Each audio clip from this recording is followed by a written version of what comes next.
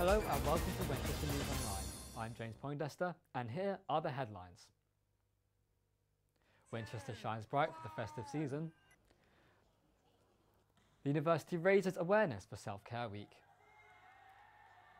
And the Winchester Rays swim for charity. Now our top story. Christmas has returned to Winchester once again in full force, with sparkling lights lining the streets and the sound of carol singers filling the air. Our reporter Emily Wilson has more. It's beginning to look a lot like Christmas everywhere. Winchester is definitely glistening following this year's Christmas light switch on. 5, 4, 3, 2, 1! Yes! Merry Christmas, Winchester! Christmas lights were originally introduced to lift spirits during the cold and dark nights of winter, and it appears to have been successful. Jingle bells, jingle all the way. Oh, what fun it is to ride a one-horse open sleigh. Hey! Hundreds of people came together to celebrate and spread Christmas cheer. Done a lot of events around the country, switch Christmas lights on. This is a really nice family event, and from the moment it starts you can see all the families gathering, having school choirs up performing and the mums and dads supporting them. I just think it's a very warm and friendly event. All ready now for the very next ride on the teacup.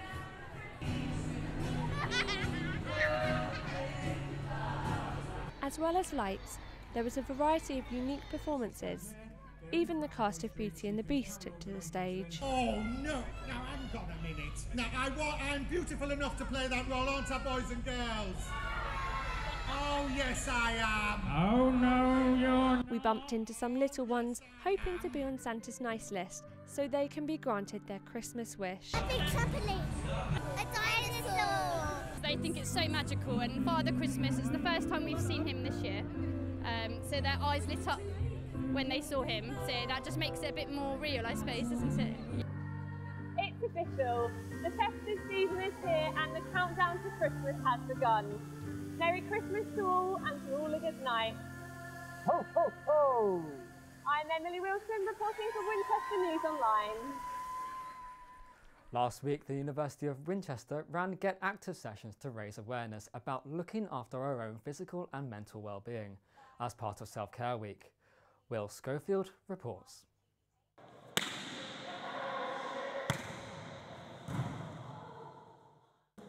Choose Self-Care for Life. That was the strapline for the 2018 Self-Care Week. The annual event created by the NHS in 2011 returned last week with the aim to raise awareness about physical and mental health.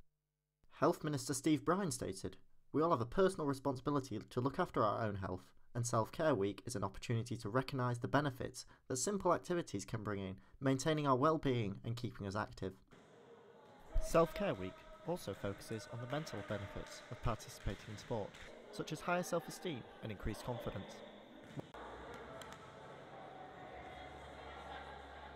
The University of Winchester runs regular Get Active sessions to increase participation. We run our Get Active sessions on Fridays. It's just a really great day for everybody to get involved. They don't have to necessarily be great at the sport.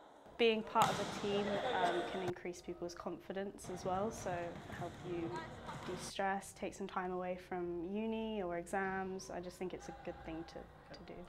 Self-Care Week wants to increase participation for life through little things such as walking instead of driving. However, its ultimate goal is to increase participation in sport across the UK. William Schofield, Winchester News Online. Now, as the colder nights approach, Winchester Hub are providing important supplies and donations to the night shelter, who provide an essential lifeline for those in need. Andrea Carlson tells us more. 5. Winchester Hub is a local branch of the national charity student hubs that work in partnership with the university to encourage student volunteering. This week they went to the local night shelter after having collected money to buy supplies for them. The night shelter is a stepping stone to someone who has been sleeping rough and hasn't got a place to sleep or live. They have currently 17 places, but what do they do when it gets colder out and the demand is higher?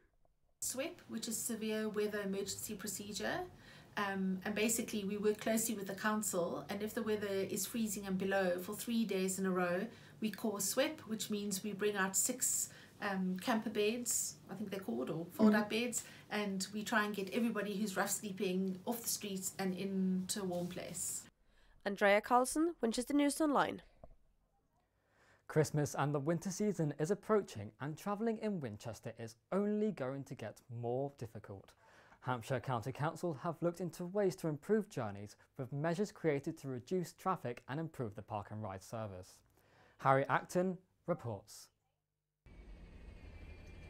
A city centre dominated by traffic and pollution. That's according to a damning report by Hampshire County Council. It has released a new document outlining the needs of Winchester. 3 key areas were identified which will help improve the city. Their first priority is to reduce traffic, which at times is so bad it affects local bus services. This traffic causes congestion, which in turn delays services such as the park and ride. The report highlights bus services are irregular and unreliable because of this. It isn't just buses that are affected. At peak times, driving through the city can be a real challenge. This map shows the effect rush hour has on drivers. I'm standing on Badger Farm Road, which is the main link road from the M3 to South Winchester. Now along this route you've got the South Park and Ride buses going up to Pitt and into the city centre. You've got the number 5. And in rush hour, Hampshire County Council have identified this road as one of the crunch points. On average, it will move between 10 to 5 miles an hour. The speed limit's 40. So it's one of the roads they're looking at working on. The road behind me is Chilbolton Avenue, a road that links South Winchester to North Winchester. It's widely known for its £1 million houses, and it's also known for its congestion. At peak times, speeds on this road can drop to below 10 miles an hour. Hampshire County Council are hoping to change this. I'm standing on St Cross Road, which is a road that leads from the M3 to the heart of Winchester. It has the number 1 Blue Star service from Southampton, and it carries a lot of traffic. Now in rush hour, this road speed drops to below 10 miles an hour. The speed limit on this road is 40, so you can see why they want to do something about it.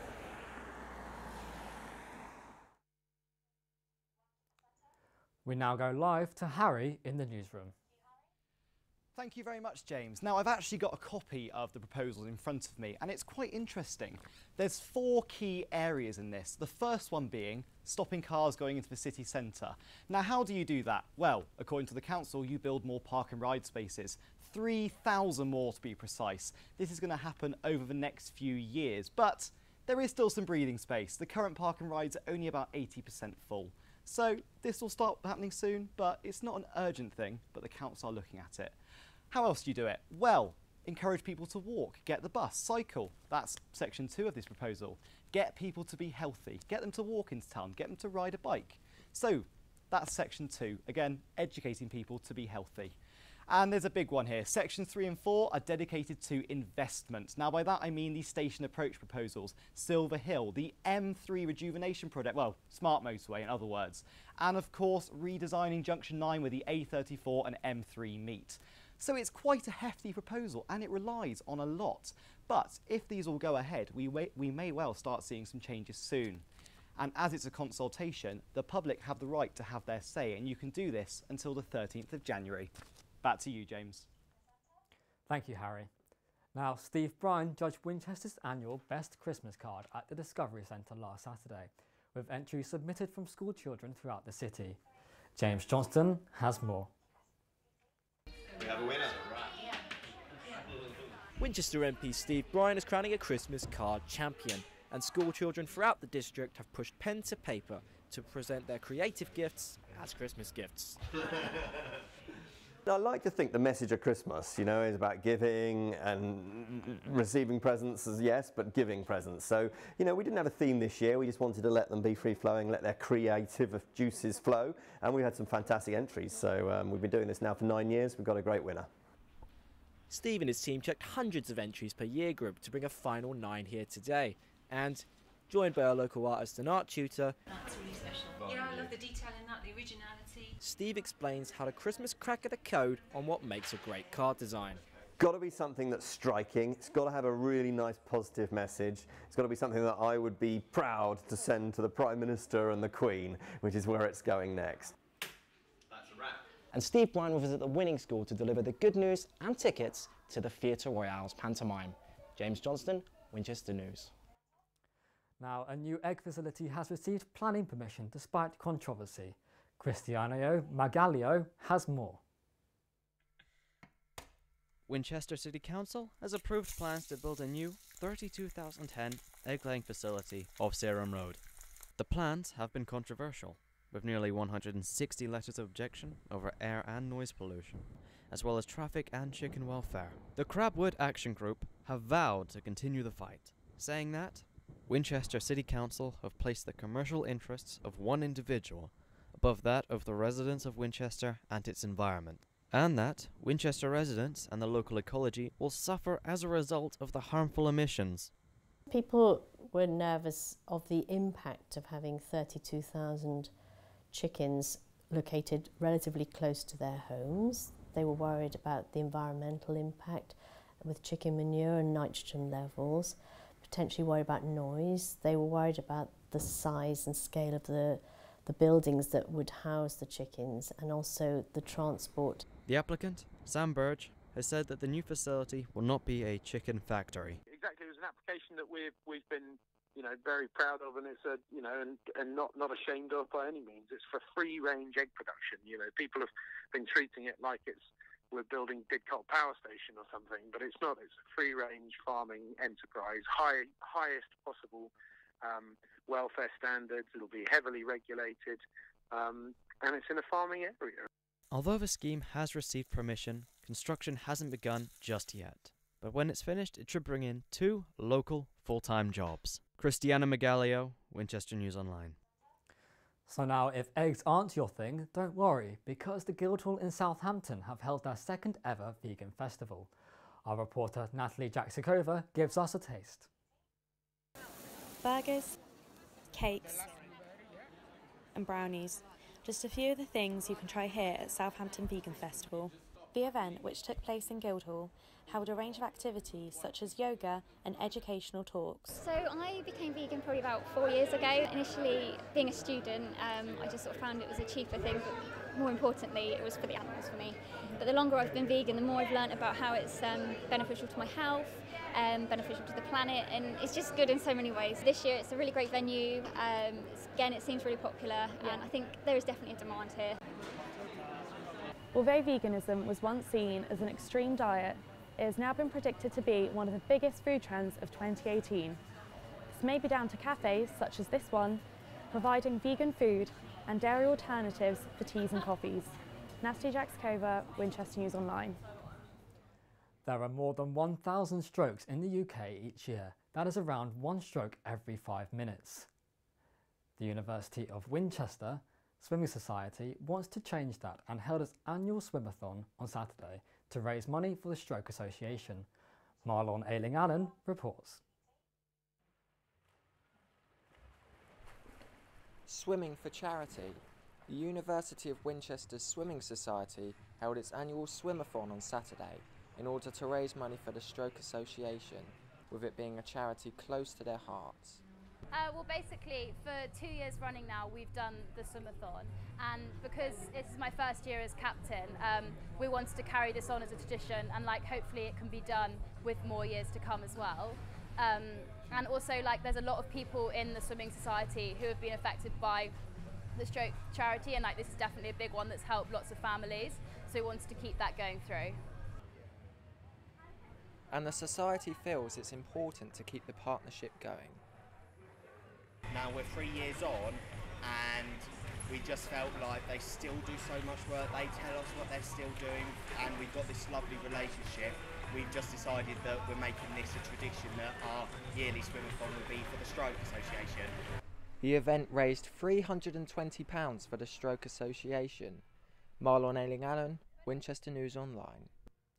Now in football, Eastleigh FC secured a 3-0 win away to Barrow in the conference. Since the appointment of manager Ben Strevens, the team have gained some impressive results against some of the top sides, like Salford City and Leyton Orient. Our sports reporter, Johnny Leck, visited the Spitfires training ground.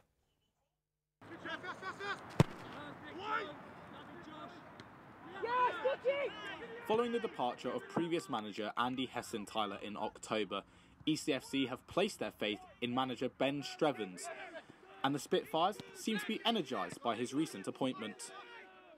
Yeah, it's a real good feeling and honour, obviously, to be the manager of this club. I come here as a player and then pretty much done every role. You know, I become captain of the side, and then one of the coaches stepped up to assistant manager last year, and yeah, now lucky enough to be the manager. Yeah, it was a good feeling to get the backing of all the guys, and now really looking forward to the challenge ahead.